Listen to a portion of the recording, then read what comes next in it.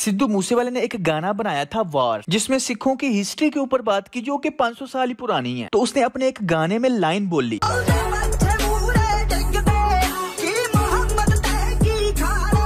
जिसका मतलब है कि हमारी तलवार के आगे हर कोई गिर जाता था, चाहे वो मोहम्मद था चाहे वो खान था। अब कुछ लोगों का कहना है कि चूंकि सिखों की हिस्ट्री 500 साल पुरानी है, तो सिद्धू यहाँ पे एक अफगान सरदार दोस्त मोहम्मद खान की बात कर रहा है। दोस्त मोहम्मद खान ये तो एक ही शख्स है, लेकिन सिद्धू ने यहाँ पे कहा कि मोहम्मद ते की खान है। तो मेरी एक अपनी जाती राय है कि उसने यहाँ पे मुसलमानों को एज अ सिंबॉलिकली हुजूर पाक का नाम लेके मुखातिब किया, क्योंकि अगर आप इस गाने में इस लाइन से पीछे वाली बात सुनो ना, तो ये यहाँ पे कह रहे कि अफगानियों के अंदर इतना खौफ था सिखों का कि उन्होंने औरतों की शलवारें पहन ली थी ताकि हमारे ऊपर हमला ना हो।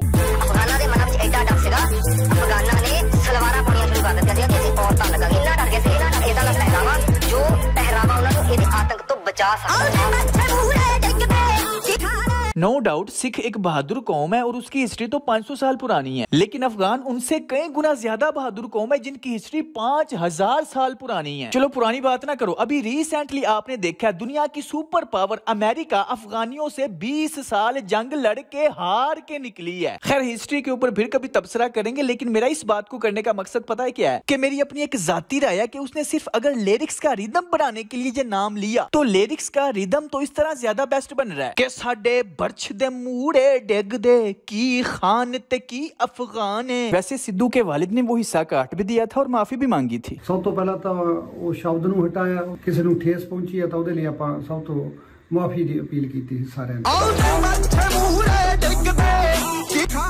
तो चलो मान लेते हैं उसकी नीयत का हमें नहीं पता, और जो मुसलमान उसके गाने सुनते हैं वो भी उनकी अपनी चॉइस है, लेकिन कम से कम कोई मुसलमान होने के नाते एक इस्लामी जमहूरिया पाकिस्तान में एक ऐसे कंट्रोवर्शियल आदमी को अपना उस्ताद कह के तो नहीं ना प्रमोट कर सकता। फिर मेरे उस्ताद भी बहुत दफा लगी थी, मेरे भी बहुत दफा लगी। ये रजब और उसके फैंस इस सिद्धू को अपना उस्ताद मानते हैं, आइडियल मानते हैं, उसके नक्शे कदम पे चलना चाहते हैं, तो भाई फिर उस जैसी मौत भी मांगो। 295 उसके करियर का सबसे हिट गाना है और 295 ही उसकी मौत का दिन है, 29 मई यानी 29/5। बाकी ये लिरिक्स बोलते हुए उसकी असली नीयत अल्लाह ही जाने, लेकिन पॉइंट ये है कि ऐसे कंट्रोवर्शियल आदमी को ये अपना उस्ताद बनाए बैठे है, आइडियल मानता है, फॉलो करता है। फिर मेरे उस्ताद भी बहुत दफा लगी थी, मेरे भी बहुत दफा लगी। मेरे उस्ताद के सर पे भी थी 295, मेरे सर पे 2 है, 295 ए 295 सी। तो ऐसा हो नहीं सकता कि इसे 295 सी का पता ही ना हो। तो आप खुद सोचो इसके मुंह से 295 सी वाले अल्फाज ही स्पेशली तौर पे क्यों निकले। हाँ एक बात मैं आपको यहाँ पे क्लियर कर दूं कि रजब भट्ट ने ये भी बोला है कि मेरे ऊपर ये जो दोनों दफाएं लगी हैं ये झूठी लगी हैं, और जिस नंबर की दिफा मुझ पे लगाई जा रही है, मैंने अपने व्लॉग में भी बताया था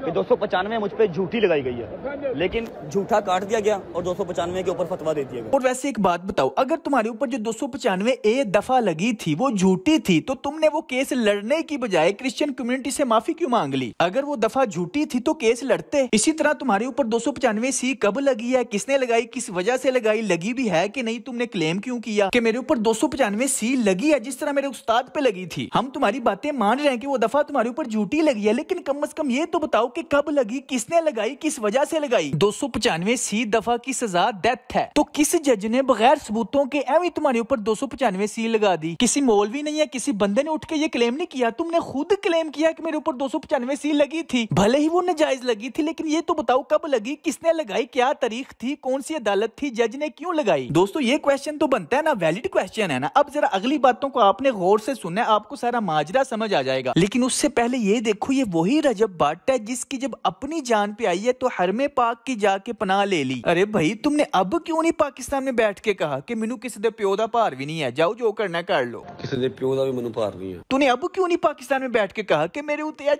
छिलना जरा भौंकदा भौंके पिया। मेरे ऊपर डेली की 30 वीडियो लगती हैं, पता नहीं कौन कौन सा फिलोसफर बैठा होगा, ऐसे ये डरे हुए लोग हैं, नजर आके तुम मारेगा, ये डर है इनकी जिंदगी में, ये डर है इनकी जिंदगी में। जब तेरी अपनी बहन अपनी इज्जत पे बात आई थी, जिसको तू खुद नुमाइश भी करता है, उन 2 लड़कों ने सिर्फ उसकी पैरोडी की तो तूने उनके ऊपर जुल्म किया। उनको बिल्कुल मारा, जवाद अली हमने मारा, मेरे गार्ड्स ने मारा। हो सकता है तुम्हें उनकी ही बदवा लगी हो, क्योंकि वो तुझसे बदला नहीं ले सकते, सिर्फ अल्लाह पे छोड़ सकते हैं। अल्लाह के नजदीक तुम और वो लड़के दोनों बराबर हैं। ये लोगों की मुनाफिकत है कि वो जिसके पास पैसा और फेम देखते हैं पता नहीं उसे आला मखलूक समझने लग पड़ते हैं। ये रजब भट्ट जैसे लोग होते हैं जिनके पास अगर पैसा आ जाए तो मुतकब्बिर हो जाते हैं और सोचते हैं कि अब हमारा कौन क्या बिगाड़ सकता है। किसी दे प्यो दा भी मैनू भार नहीं है। दोस्तों इसी के साथ साथ ये अपने गुरूर, पैसे और फेम में इतने इतना अंधा हो गया था, तो उसे मुतकब्बिराना अंधेपन में इसने कहा कि मेरे ऊपर 295 क्या ABC जेरी मर्जी दफा लगी हो, मुझे कोई फर्क नहीं पड़ता। ऐ देखो परफ्यूम लॉन्च कर देती है। गुस्ताखी इसने की है या नहीं की उसके ऊपर भी आती है, लेकिन इसकी असल बीमारी है गुरूर, और गुरूर तो अल्लाह को पसंद ही नहीं। तो दोस्तों असल पॉइंट अब पीछे पता है क्या बचता है कि बात ये नहीं कि जो तुम्हारे ऊपर दफाएं लगी हैं वो सच्ची हैं या झूठी हैं। पॉइंट ये है कि तुम गुरूर करते हो कि मेरा किसी ने क्या बिगाड़ लेना, पावे मेरे ऊपर जेडी मर्जी दफा लग गए, तुझे 4 पैसे क्या मिल गए, 4 लोग तुझे फॉलो क्या करने लग पड़े। तूने सोचा तू जिसको मर्जी फेंटी लगा सकता है, तूने सोचा सियासतदान मेरे साथ है, स्कैम करके मैं लोगों को लूट भी सकता हूँ। रजब भट्ट के कोर्स पर वीडियो बनाने के बाद मुझे ये पता चलता है कि इस कोर्स के पीछे तो बहुत बड़े बड़े लोग शामिल थे। जब आपके साथ सियासतदान होंगे ना, हर चीज लीगल रहे। तूने सोचा जब सियासतदान पैसा मेरे साथ है तो ये कानून क्या चीज है, अदालतें क्या चीज है। चाहे मेरे ऊपर 295 A दफा लगी हो, B लगी हो, C लगी हो, जेडी मर्जी लगी हो, मुझे क्या फर्क पड़ता है। असल वजह यह है कि इस मुतकब्बिर इंसान का गुरूर टूटा है, और जो इस मुतकब्बिर जाहिल बदमाश को ब्रांड कहते थे। डियर बच्चों, अब जरा अपने इस ब्रांड के चेहरे पे मौत का डर तो देखो। अब इसे जाके कहो ना कि इस मौका के ऊपर बदमाश बने, इस मौका के ऊपर गुरूर करे ना कि मैनू किसी दे प्यो दा भार भी नहीं है, जो करना कर लो। इस मौका के ऊपर अपने उस्ताद मोहतरम सिद्धू मूसेवाले का दोबारा नाम ले ना कि मेरे उस्ताद सिद्धू मूसेवाले के ऊपर भी हुजूर पाक की गुस्ताखी का इल्जाम लगा था। इसे चाहिए कि ये अपनी इस गलती को रियलाइज करे और सबके सामने आके एक्सेप्ट करे कि फेम और पैसे ने मुझे मुतकब्बिर कर दिया और मैंने जहालत में बोल दिया कि मेरा किसी ने क्या ही बिगाड़ लेना। मेरा तुम्हें बरादराना मशवरा है, तुम भी जानती हो कि यही सोल्यूशन बेस्ट है, लेकिन इस सोल्यूशन के इसको 3 नुकसान होंगे। पहला नुकसान, इसकी अना और गुरूर को ठेस पहुंचेगी। दूसरा नुकसान, इस मुआशरे के कुछ समझदार लोग जो इस बेगैरती, बेहयाई, बेशर्मी, बदमाशी और गुरूर को गलत कहते हैं, तनकीद करते हैं, ये उनके सामने भी हार जाएगा और खुद को ब्रांड कहने वाले बच्चों के सामने भी शर्मिंदा हो जाएगा। तीसरा नुकसान, हारने के बाद यानी इस मुआशरे में बेगैरती और बदमाशी ये फैला रहा है, इसे एक्सेप्ट करने के बाद जाहिर बात है ये दोबारा व्लॉग्स बना के उस तरह पैसा नहीं कमा पाएगा। तो अल्लाह ताला ने इसको ऐसी आजमाइश में फंसाया कि ये उसके 3 नुकसानात हैं। अब देखते हैं ये क्या करता है। अल्लाह हर एक इंसान को सुधरने का मौका देता है, चाहे प्यार मोहब्बत से, चाहे फंसा के, और इंसान को खुद भी पता होता है, उसके दिल को पता होता है कि वो कहाँ पे गलत है। ऐसा हो ही नहीं सकता कि इमाम हुसैन का दर्द दिल में रखने वाले रजब भट्ट को पता ही ना हो कि पैसों की खातिर अपने घर की औरतों की नुमाइश करना, ये नाच गाना, अय्याशी, ये बेगैरती, ये बदमाशी इमाम हुसैन के अपने उसूलों के खिलाफ है। तो यार रजब, अगर तुम ये वीडियो देख रहे हो तो मेरा तुम्हें मशवरा है, ये तीनों नुकसान उठा लो, फायदे में रहोगे, क्योंकि अपनी ये सारी बीमारियां एक्सेप्ट करके तुम 60 लाख लोगों तक ये पैगाम पहुंचाओगे कि दोस्तों मैं जिस रास्ते पे था वो गलत रास्ता था। जस्ट इमेजिन, तुम अपने लाखों फॉलो करने वालों को ये बताओगे कि मैं ये जो बेगैरती, बेशर्मी, बेहयाई, बदमाशी करता था वो गलत है। शायद कितने लोग बदल जाएं, शायद कितने लोग सीख जाएं, क्योंकि तुम जैसे लोगों ने लाखों लोगों का कॉन्सेप्ट खराब किया हुआ है। तो अगर तुम ही ये सारी गलतियां मान जाओ तो सोचो कितने लाखों लोगों का कॉन्सेप्ट ठीक हो जाएगा। अच्छा, कुछ जलने वाले या सच्ची बात को एक्सेप्ट ना करने वाले ढीठ लोग मुझे कहते हैं कि अगर ये बेहयाई खत्म हो गई तो तुम कहां से रोटी खाओगे। ये क्या बात हुई कि आप बगैर दलील के एक बात कर रहे हो कि भाई तू भी सिर्फ पैसों के लिए लगा हुआ है। तो भाई मुझे एक बात बताओ, क्या आपका अल्लाह पे ये